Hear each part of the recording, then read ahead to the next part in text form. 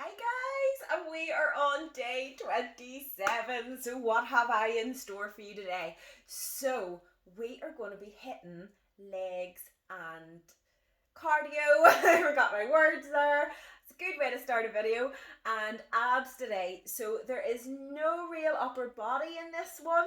And we are really going to be hitting the glutes today, which I know all you guys maybe not enjoy doing, but you enjoy the effects of it. So yeah, do you want to see what we're going to be doing? So we've got 15 exercises, which means we're only doing them twice through, and I know how much you guys love just doing them twice through, and it's like 5 minutes, it's over, and it's great. So I have my hip thrust machine out, which means one thing, we're starting with hip thrusts. So again, you don't need a hip thrust machine to be able to do these. You can do them off the back of your sofa, or on the bottom, the seat of your sofa, or a bench or anything. Just always make sure that that bench or the sofa is secure and it's not going to slide away from you or anything. So I'm going to be using my hip thrust machine. I'll just move it slightly forward. So I'm going to be using a band. You can use a weight. If you're using a weight, again, just put a ab mat over your hips and cushion out the weight. So you're going to go up and rest. You're going to rest your back just about below the scapula. You're then going to put the bar or your weight or whatever it is, resistance band, over your hips. I like putting it over my hips. If you put it too far up in your belly, it might make you feel sick. You're going to about hip width apart with the knees, and always keep the knees out. You're going to go down, push right up through the heels, keep the chin in, activate the core, down again, up, squeeze. So you're really pushing. You're not going up really high like this. Keep the chest in, use the glutes and concentrate on using those glutes. So that is hip thrust. Now, seeing as we have the bench out, we're going to be doing split squats. Holding one dumbbell. I like the opposite hand to the leg that's down, so you're going quite even.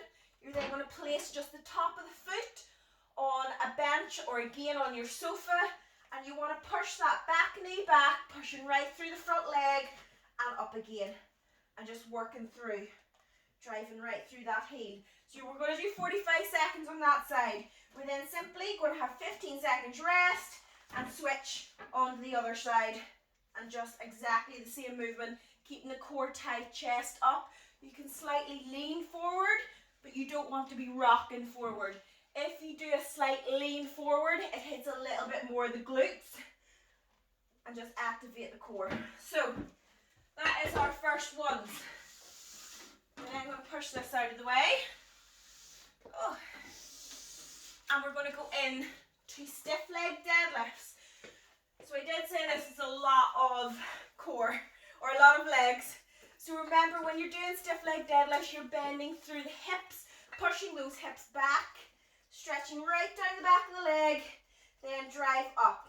Squeezing right through the hamstrings and the glutes, keeping the back straight, core in nice and tight, and trying to limit the pressure going through the lower back. Right, what are you doing, Sally? Are you just watching? Right, after that, we've got a thing called wood choppers. So, holding a weight, standing about shoulder width apart with the feet, down, pushing right up, down, pushing right up, sitting into the legs. Try not to get the back activated up. So we're going to do 45 seconds. We're then going to switch, other side, 45 seconds, switching up, down, up.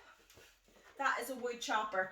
So whenever you're stretching up with the wood chopper, when you're up with that, the core is going to be nice and tight and active. Right, come on, you in there. Come on, in your wee bed. There you go. It's happy enough in there. You shall sit and scratch. Right, after that, we've got jumping jacks. So, nice and light in the feet, and we're just going to jump through. And again, you're getting that heart rate up as high as you can, and really, really trying to get that breath and that heart going. So we're really going to be pushing it. So, after that, we've got curtsy lunges. Curtsy lunges, we're going to alternate. So like you're doing a curtsy, step behind the foot, sit into that front leg, and just switch side to side. Again, keep that core in nice and tight and just work through. So you will feel the curtsy lunges a little bit more on the glutes than anywhere else in the legs. You still feel them in the legs, still train the legs, so they do.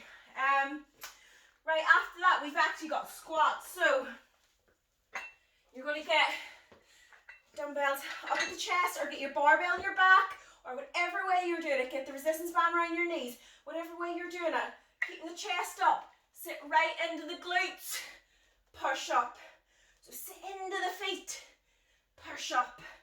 Try not to let those hips go under, so you're down that glad there, curling the back. You want to keep all the pressure on the legs and just work through. And again, you don't want to do those overly, really fast. You're not bouncing up and down really fast. Control the movement. Think about the muscle group that you're using and just work through it. Right, after that, we have bridges with a band. So I'm going to get my ab mat out because we do need this. So bridges with a band. You're going to use your glute loop band. Just get the mat a bit more that you can actually see. So you're going to get round your knees, down on the floor. Keep that band tight, so don't let the knees go in. Band tight, push up, tap, push up, tap. So we're using the band for resistance. If you do have a weight, you could put the weight on your hips and work through that way as well. Right, after that, that is the end bit of legs. We're into 5 core exercises, and starting off with everybody's favourite, which is mountain climbers. So, in the plank position, you're then going to drive the knees in, running through, keeping that core in nice and tight.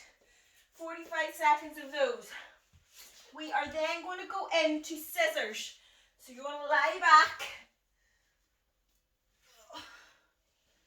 I do actually need these dumbbells, or these kettlebells. So I like to hold my head up because it activates the core when you lift the shoulder blades off a little bit.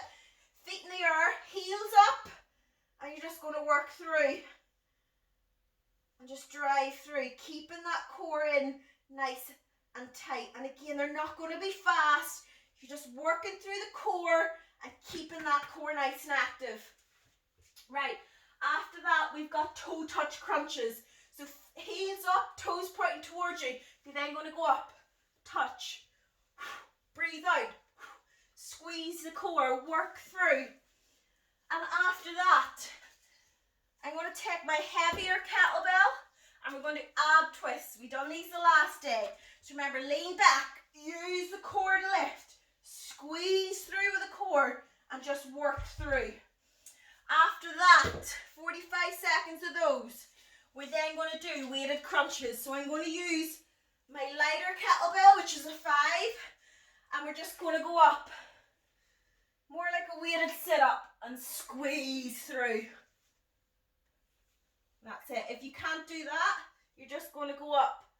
Squeeze the core. If you're doing the easier option, concentrate on getting that connection between the core, not through the lower back. Sometimes when we swing, maybe sometimes you want to really hit.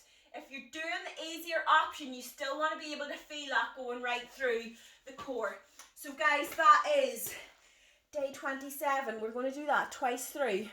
Are you ready to get started? I am.